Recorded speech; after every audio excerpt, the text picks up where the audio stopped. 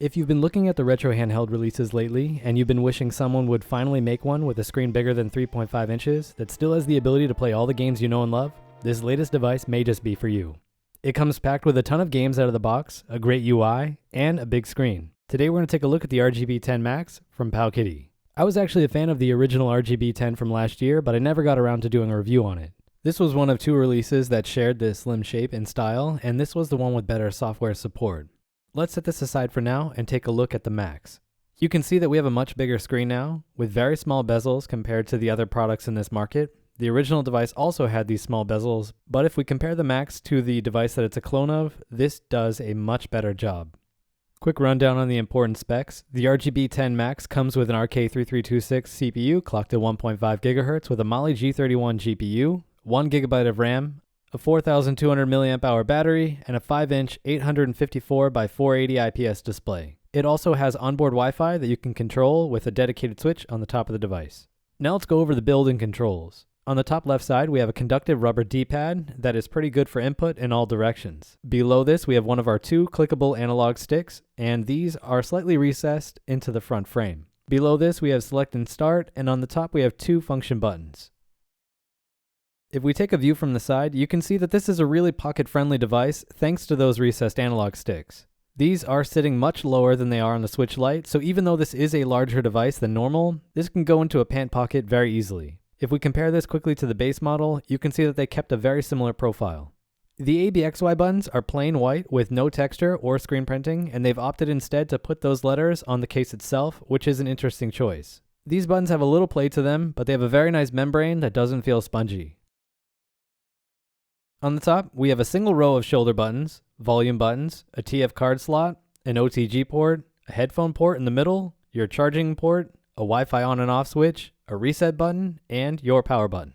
You can see that they've done some quality of life improvements from the base model by moving more buttons to the top half to fill out our added length. On the bottom of the device, we have two speaker grills, and I was kind of excited about this because the original device only had a mono speaker. You can see that we do have a big frame here, so I thought that they would have used this as a chance to not just do a direct clone, but do some kind of improvement. Unfortunately, we do only have one speaker in the Max, and you'll be able to see it in a teardown later. It's kind of unfortunate because there is enough room here for another speaker, so I'm not sure why they didn't take the opportunity to add a second one, since it wouldn't have required a lot of extra work. Probably the best decision that PowKiddy has ever made was to put their logo on the back of the device instead of putting it on the front like they always do, which is something that a lot of people do not like. Putting the logo on the back isn't bad, especially if you were to get a protective case for this down the line, and that would completely hide the logo if you wanted to. I like that they didn't try to put this logo on the front because there is enough space for it, and I know that they probably wanted to do it. Another thing that I want to comment on that's a little hard to convey over video is that the Max has a matte, soft feel to it, and I haven't seen any other product use this texture before. The original device came with an IPEGA quality of plastic that wasn't anything special, but whoever picked the paint for this device did a very good job with this choice. The device feels very smooth in the hand, and it's very comfortable. I also want to mention that all of the hard edges on this product are rounded, so this isn't going to dig into your hand when you're holding it. Now let's take a look at that 5-inch screen. We actually have good image quality with this panel. The only problem is that there's not a whole lot that you can do with this chip that can make use of this aspect ratio. PSP doesn't run well enough to need a screen like this, and certainly not at the increased render resolution that's set by default. You can see that we're at 30 FPS now, but if I move around this area, it can go down to 20, and this is a game that came with the device. I want to show off the viewing angles before moving on, so I'm going to turn off my studio lights. You can see that we have decent viewing angles on the left and right, with a slight drop off for up and down. We also maintain similar colors in the blacks when viewed at a diagonal. Compared to the base model, the old device is a little brighter than the Max, but it's not to say that the Max doesn't look good. Compared to the RG350V on the left, the Max is probably 2 stops of brightness lower, but the color temperature is much better on the Max. When you get the device, it will stretch out the image for any game that you're playing by default. If this doesn't bother you, then that's fine. I don't typically play retro games like this unless they can be hacked to support widescreen resolutions. You can hop into the settings by clicking L3 and R3, head over to video, and then go to scaling.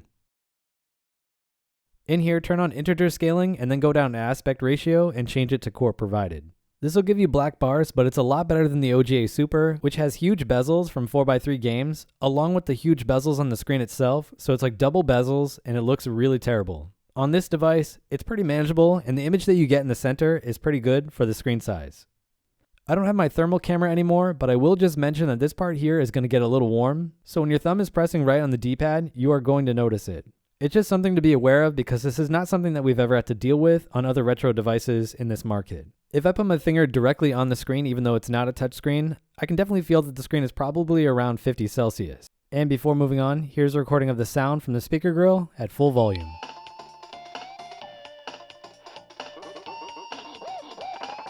I think that the speaker that they used here is really good. It's just a shame that we don't have stereo sound. This is the exact OS that came with my unit and I haven't changed anything at all. This is going to be exactly what your device will look like out of the box. You can see that we have banners to fill out the screen very nicely and the artwork is really good.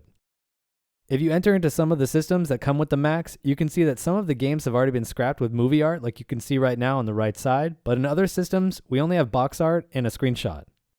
Before moving on, I'm going to set the default ratio of my device to core provided, which will stop the games from being stretched out to fill out the whole screen.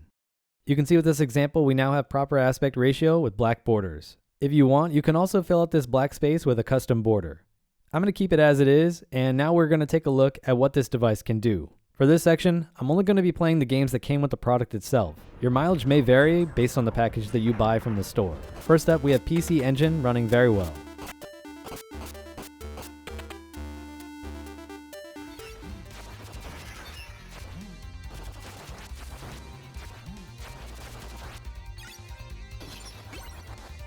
Game Boy and Game Boy Color also run well on this device, and you can apply shaders to mimic the feel of original hardware if you want.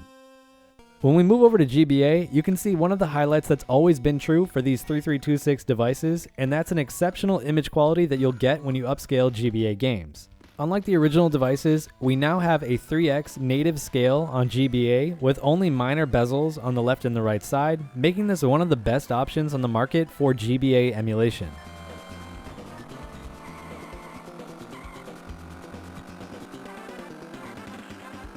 Four by 3 systems like NES and SNES won't look as good as they do on other retro handhelds, but they don't look bad with a combination of 4 by 3 aspect ratio and integer scaling.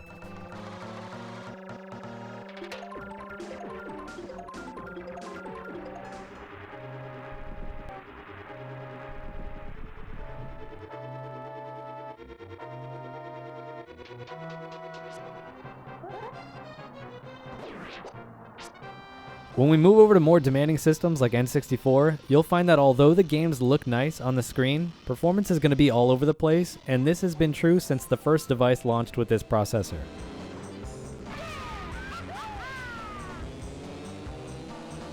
Unsurprisingly, Sega Genesis runs without a hitch, but Dreamcast is all over the place.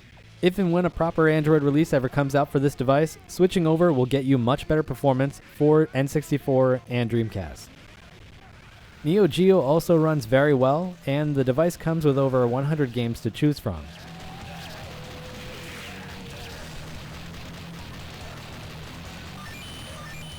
PlayStation 1 performance has always been solid on 3326. With this screen, you can do increased rendering resolution on some games to improve image quality if you want.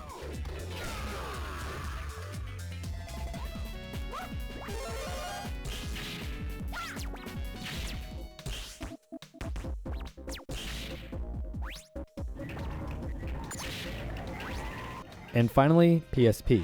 This is the system that could really make the most use out of this panel, but the performance isn't really there to do increased rendering resolution for PSP games. By default, the system is set to 2x native resolution, which is way too powerful for this chip, especially in the games that they decided to pack with this device. There are other games that could run at 2x native resolution on this chip, and I'm not sure why they weren't included instead of these, but I wanted to keep this as a showcase of what exactly comes with this product. Now let's take a quick look inside. You can see that we're using a 4,200 mAh battery at 3.8 volts with a recent manufacturing date, and it is pretty thin. This battery charges at around 5 to 6 watts on the high end before tapering off as you get closer to 100% battery, so this is going to take a little over 4 hours to get a full charge.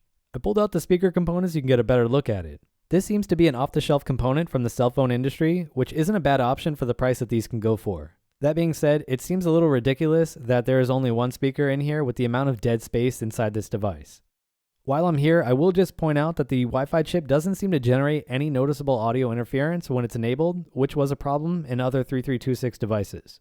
With the PCB out, you can see the full housing mechanism for the LCD. It would have increased cost, but they could have put some material on the back of this panel to help spread out the heat from the left side to the right to give some slight improvement. Repairability is actually not that bad on this product, with everything really easy to service and replace if you ever need to down the line. In closing, the RGB10 Max is a pretty solid device with a lot of positive qualities. It's got a great screen with great color temperature to match, a good case with a full set of controls, and a solid default OS. The omission of a second speaker is a little strange, and the asking price of over $100 puts this into competition with more powerful Android systems from PowKiddy themselves. That's it for this review. I'll put a link to PowKiddy's store in the description box below if you want to buy this device. If you want to support my work, consider leaving a like and a comment down below, and I'll catch you here next time with another video. Happy gaming, everyone. Taki out.